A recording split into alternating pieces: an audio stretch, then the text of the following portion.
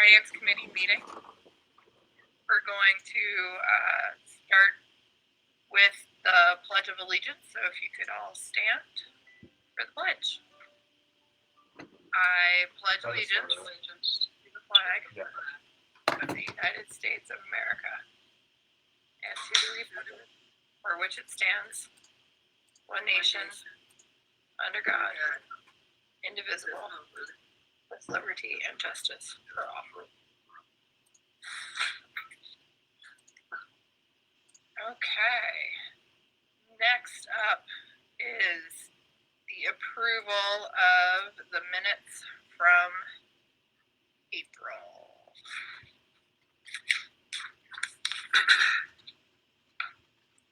I would like to make a motion to approve the meeting minutes from the April Finance Committee meeting. I second the motion. Thank you. All in favor say aye. Aye. Aye. All opposed say right. Okay, great. April minutes are done, and we're just going to move into the briefing items. First up is the fuel hedging report for the first quarter. Great. Thank you, Heidi. So behind tab 2, you'll see the diesel fuel hedging report as of March 31st. Year to date, we have purchased fuel in the amount of $1,056,416 at an average price per gallon of $1.72. Our hedging losses for the quarter were $245,859 or 40 cents per gallon, with a net fuel cost of $1,302,275 and an average price per gallon of $2.13. Versus a budget of $1,408,200 or an average price per gallon of $2.07, we have a positive favorable variance of $105,925 or 7.5%. This was due to the less actual gallons purchased and used. Looking at our future hedges, going out to 2020, 2021, and 2022, we have an unrealized loss of $2,868,907. Our current hedging policy, 0 to 24 months, our policy is 90%. We are currently hedged at 110%. And 25 to 36 months, our policy is 50% limit. We're currently hedged at 21%. This variance is due to reduced service schedule, so we're running less miles and using less fuel. We're working with our fuel hedging advisor to move some short-term contracts out to the 25-36 month market, or 25 to 36 months bucket as market opportunities arise. It's been a very volatile month for several months in the fuel and oil markets. Anybody have any questions on the fuel hedging report? So I guess the net is that our prices are going down, but our hedges were above where the market is now. So we got net savings at the same time.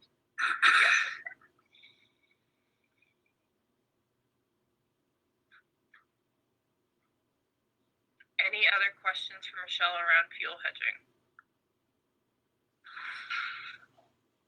Michelle, will you just keep us posted on what the consultant recommends moving forward and kind of what the game plan is?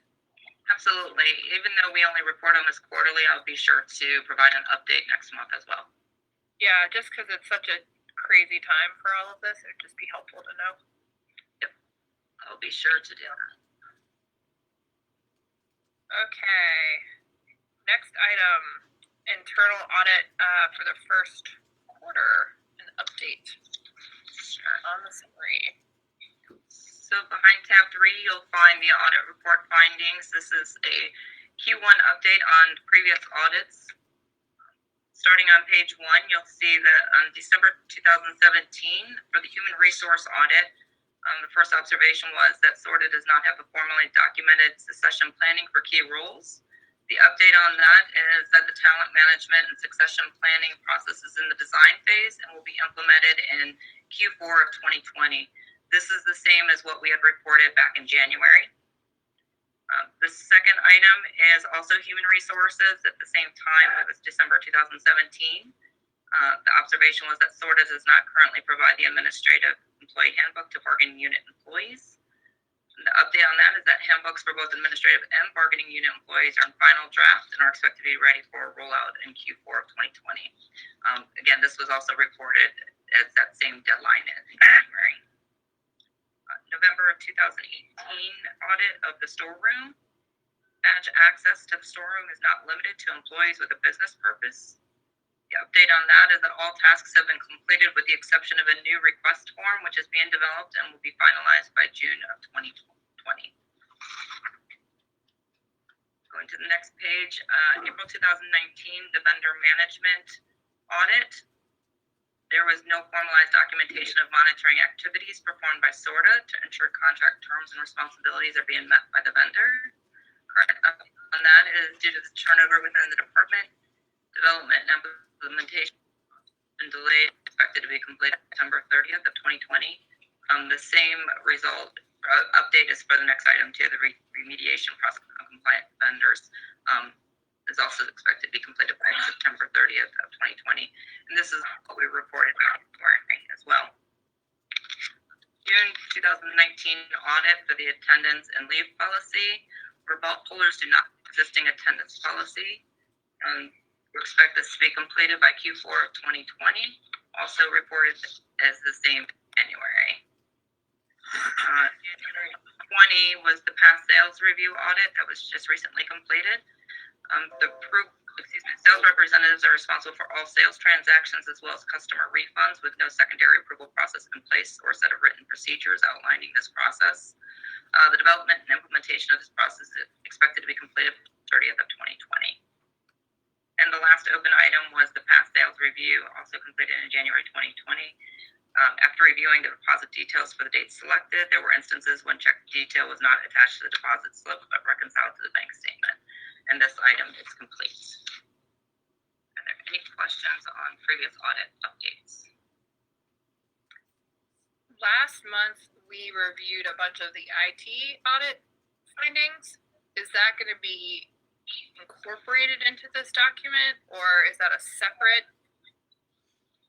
Yes, that will be incorporated into for the next quarterly update. Since that was just reported in April, we would figure we could give an update next month. Okay, next month. Are any of the findings is there a financial risk to any of the findings? The financial risk is minimal. It would be on the past sales review. It's on the refunds, and these are few dollar refunds. We don't offer refunds on sales. These are items, the TVMs, for example, and we review them to make sure that the refunds just didn't have a process in place. So we're putting that process in place. That's the only one that actually has a dollar amount tied to it.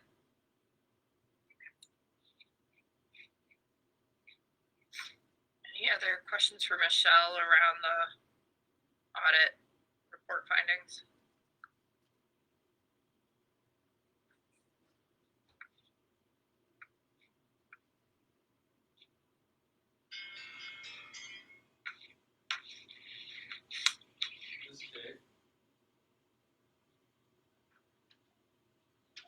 Doing okay. Okay. Moving on. The next item, the financial report for April 30th. Thank you, Heidi. Behind tab 4, you'll find the April month-end financial reports. Total revenue of $6 million was unfavorable to budget by $2,285,000 or 27.7%. Total expense of $7.5 million was favorable to budget by $1,823,000 or 13%. It leaves us with a deficit for the month before using prior year plus to balance was $1,583,000. Prior year surplus of $1,583,000 was used to balance the operating results in April. Total operating results before were unfavorable by $1,160,000 or 276% for the month, and unfavorable $1,060,000 or 62.9% year to date. So the Most significant factors for the results in April were fare revenue, which was unfavorable to budget by $1,049,000 or 3.8%. Metro fare revenue was unfavorable to budget by $969,000 as a result of a 59.2% fixed regular ridership decline related to COVID-19. Another contributing factor was due to the free fares at the beginning of the month, which was reinstated on April 20th. The fare box recovery ratio of 7.3% was unfavorable to budget by 11.5% due to the operating expenses. Non-transportation revenue was also unfavorable to budget by $100,000 or 70%, primarily due to income of unfavorable $34,000 and income as unfavorable $67,000. CPS contract revenue was unfavorable to budget by $806,000 or 1% due to school closures as of March 17th. Subsidies are unfavorable by $202,000 or 9.3% as on regular and school route service. Employee wages and benefits are budget by $181,000 or 11.6%, primarily due to favorable operating and maintenance wages. And fuel and lubricants were favorable to budget by $159,000 or 2.5%, primarily due to lower fuel costs and reduced miles. Anybody have any questions on April's financial report? Yeah, what date did you say the fares were reinstated?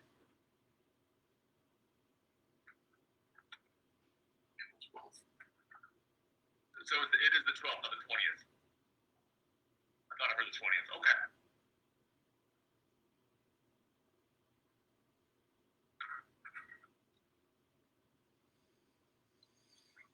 Any other questions around the financial report for April?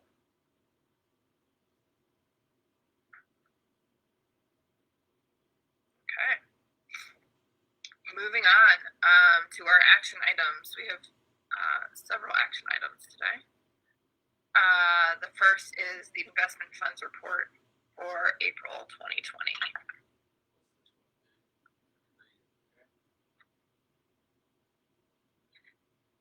Thank you, Heidi. The investment of funds report for April 30th of 2020. Total of all security cash is $8,769,128 with an average yield of 1.065%, an average days to maturity of 11 days. This was a change in cash from April of $5,858,323. The change in cash from March to April mostly due to the city funding for May came in early. It's arriving from grant funds, and these were offset by margin calls on fuel hedging, benefit payment, and spare revenue. Our monthly investment income was $15,012, and our year-to-date investment income was $105,904. Any questions on the investment funds report?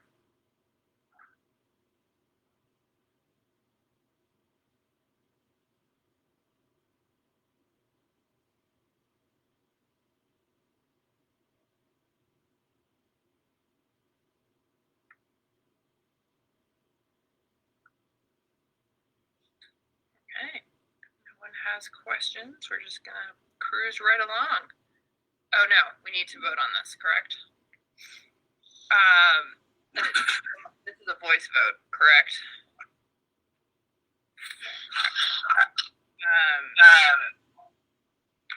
So I'd like to make a motion to approve the April financial report.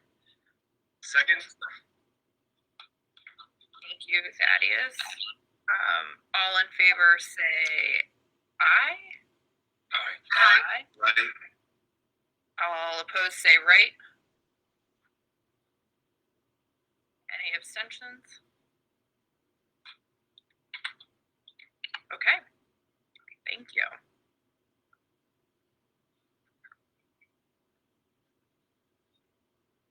Would help if I took myself off mute. Moving on to the second action item, the proposed resolution for the approval to file the 2021 grant application.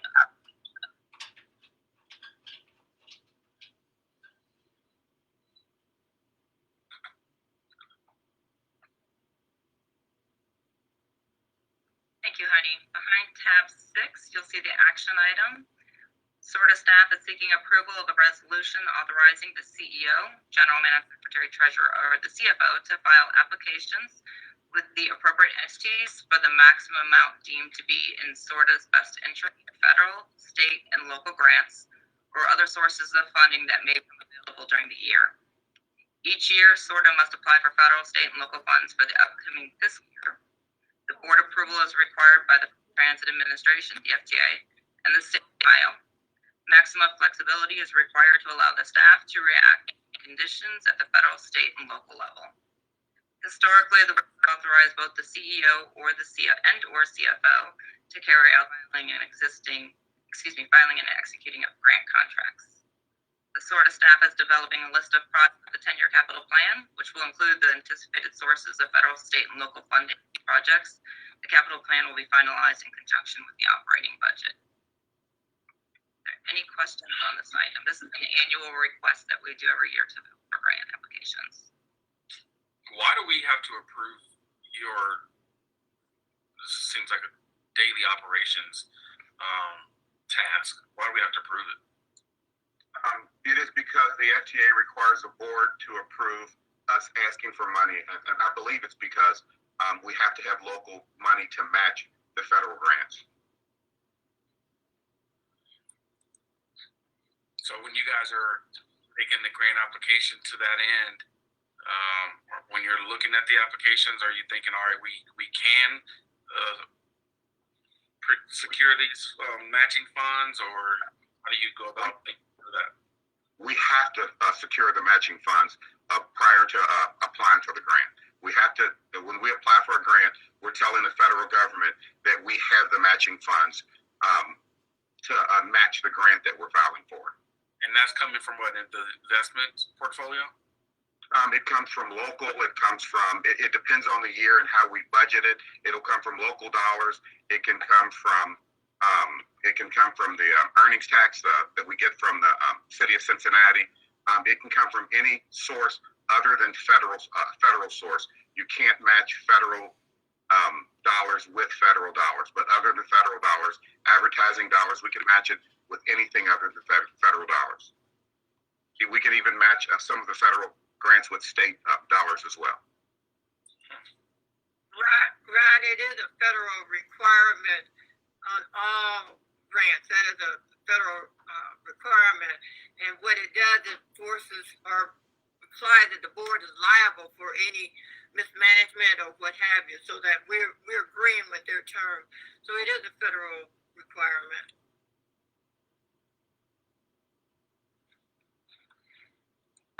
I move that we approve the recommendation.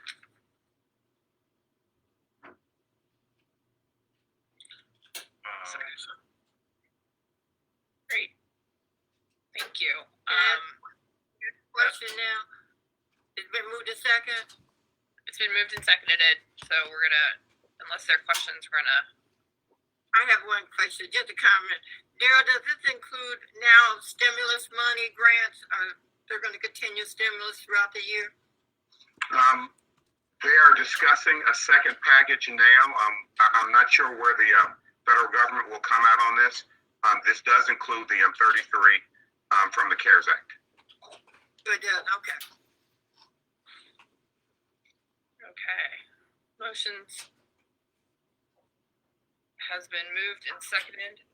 All in favor, say aye. Aye. All opposed, say right. And it is passed.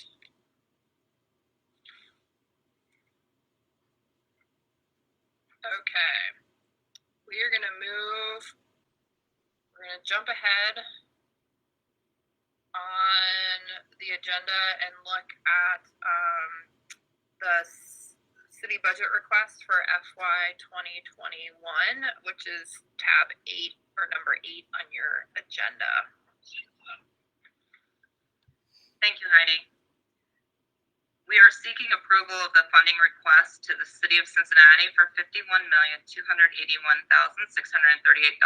for operating purposes, which includes use of the $5 million in city-held reserves for transit.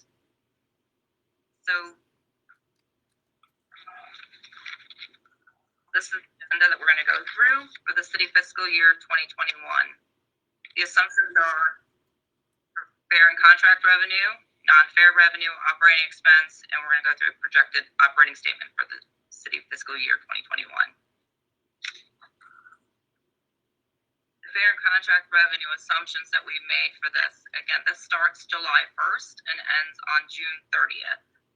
We are assuming that as of July 1st, the regular service for all routes is back in place, that there are no service cuts and no fare increases. We're assuming that total fixed route regular ridership gradually recovers through the period and is only down by 18% from pre-pandemic levels by June of 2021. We're also assuming that the full CPS service is back in place as of August 1st, 2020, that schools will start in August, and that the paratransit ridership will gradually recover as well and will only be down by 16% from pre-pandemic levels by June 2021. For the non-fare revenue assumptions, we assume that the transit fund revenue provided by the city for the full city fiscal year of July 1st to June 30th. Since the levy is still pending at this point, we have to make an assumption to present to the city that it may in fact go to June 30th of next year. We're assuming that no prior year surplus is available, that the investment income is adjusted for lower interest rates and lower cash balances. We are assuming the use of the CARES Act funds used to balance this budget. For the operating expenses, we're making the assumption that our medical coverage will increase by 8% compared to 2020, and that COVID-19 expenditures are projected throughout the entire period.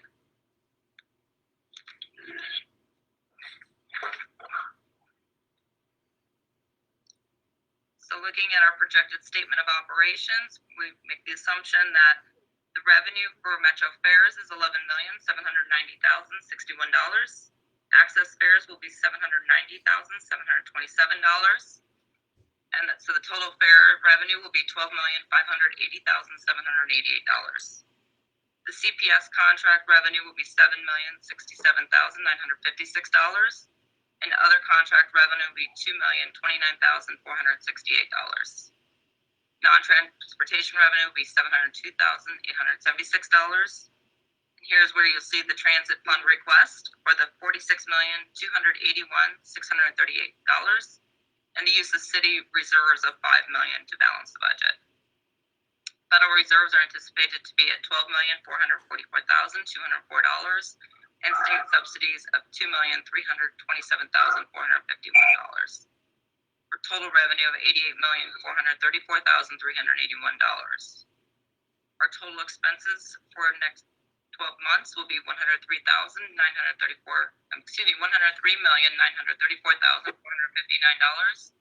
and we'll need capital match for that period of $8,788,824 for the grants that we have for buses coming in. And we anticipate using CARES Act funds of $24,288,902. Remember, this is from July 1st to June 30th. So that $24.3 million for the CARES Act does not include any of the CARES funds that we will need for May and June of this year.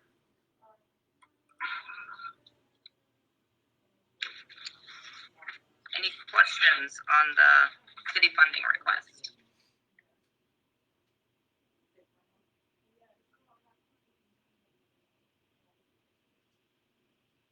Michelle? Yes. Did you take into any assumptions about the tax levy? No, this is for the city of Cincinnati. So we had to assume that with the current outcome that we may be with the city for the entire year, depending on what happens to the outcome. So it's easier to go to them for the full 12 months than it is to go to them for 3 months and then go back to 12-month period if necessary. So whether it passes or not, it doesn't affect this request. No, it would lower it because we would only need the funds for the first 3 months, because we would start to receive the sales tax revenue October 1st. Okay.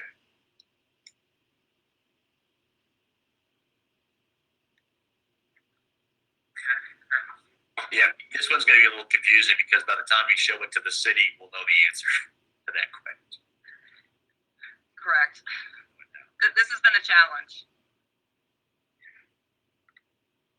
Will we have to come back and modify this vote? If our funding source changes, we'll be actually bringing back another budget to the board to approve, and we're required to bring you a budget for our calendar year at the end of this year anyway. So at the end of this year, we'll also be bringing a budget back to the board at the end of this year. It'll be for our fiscal year. If the levy passes, those dollars aren't realized till when? Next January? January, correct. The collection will start October 1st, but we won't receive the first dollars till in January. Okay.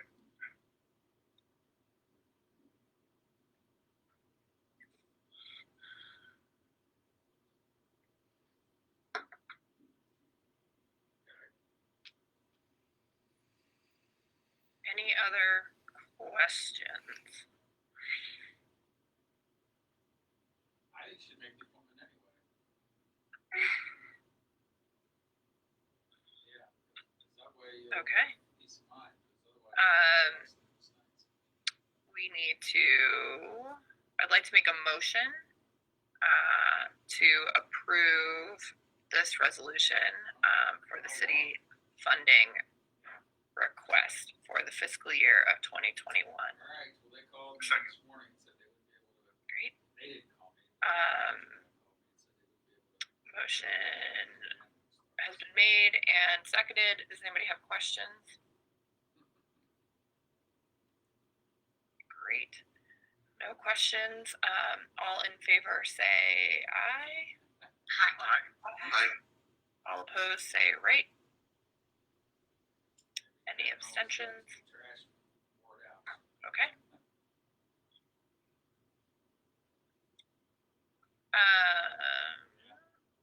Then hopping back to He claims that they'll the be there final, tomorrow and that action item for today's meeting, under tab 7, is the proposed resolution for approval of a contract with Excentis Corporation for timekeeping services.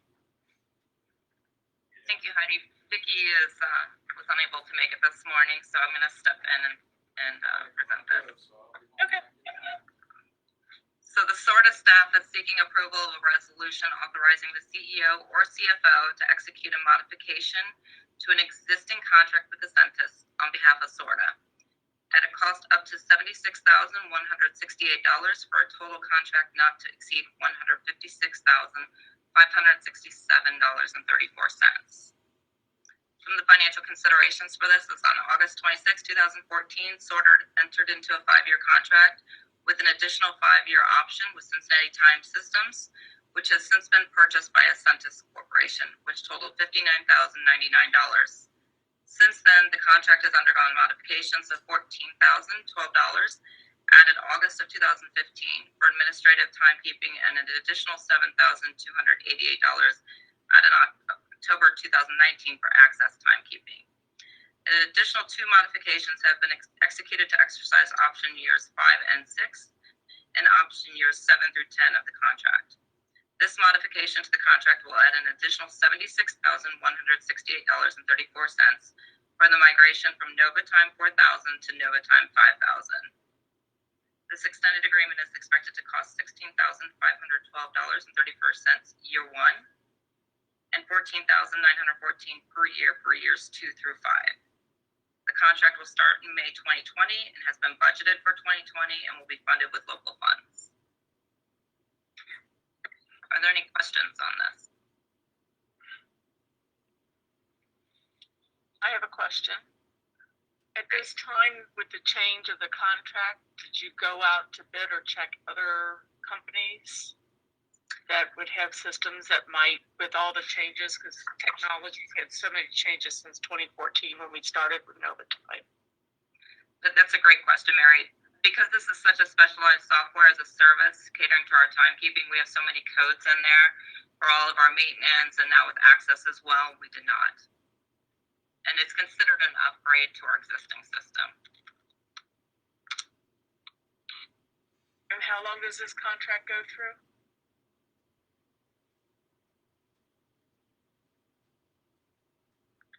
It started on 2014, and it is a 5-year contract with an additional 5-year option.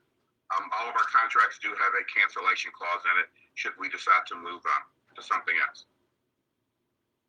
I just know from my own experience, I was quite surprised of what else other companies were able to do that made life easier. And I know without the changes that we made, we actually worked with Paycor.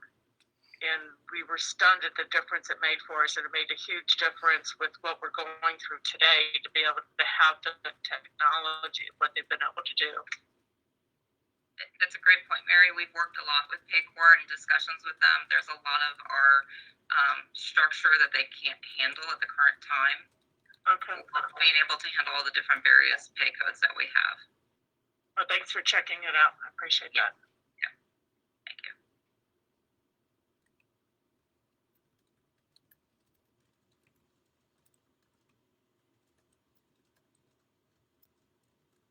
Any other? You read my mind, Michelle. Sorry, Heidi.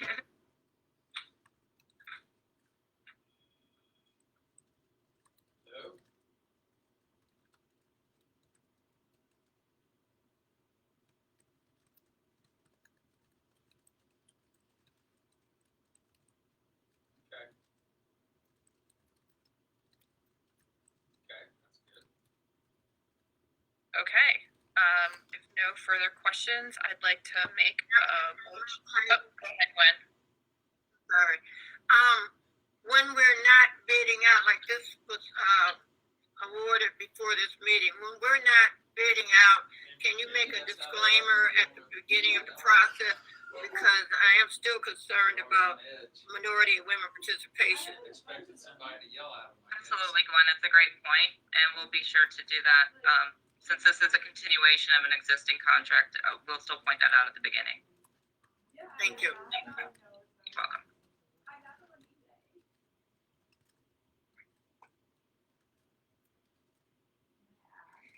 Any other questions?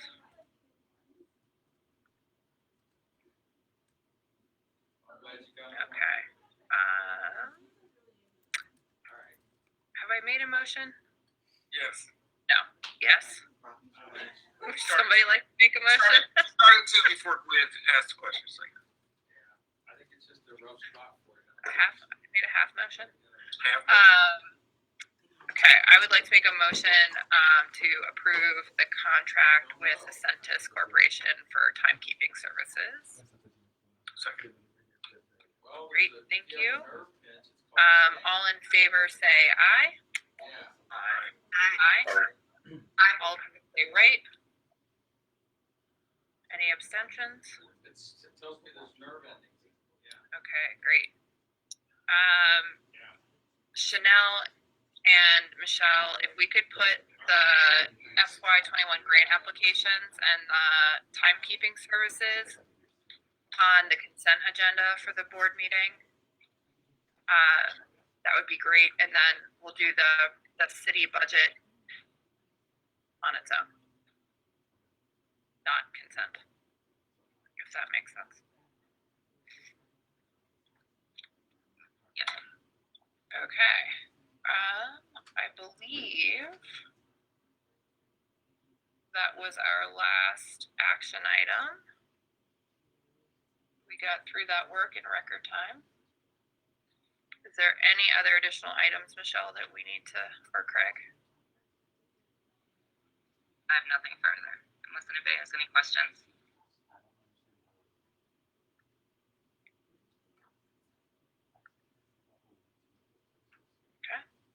Doesn't sound like it. So with that, I will adjourn the Finance Committee meeting. Thank you all. I believe the Planning Operations Committee meeting will start at 9:30.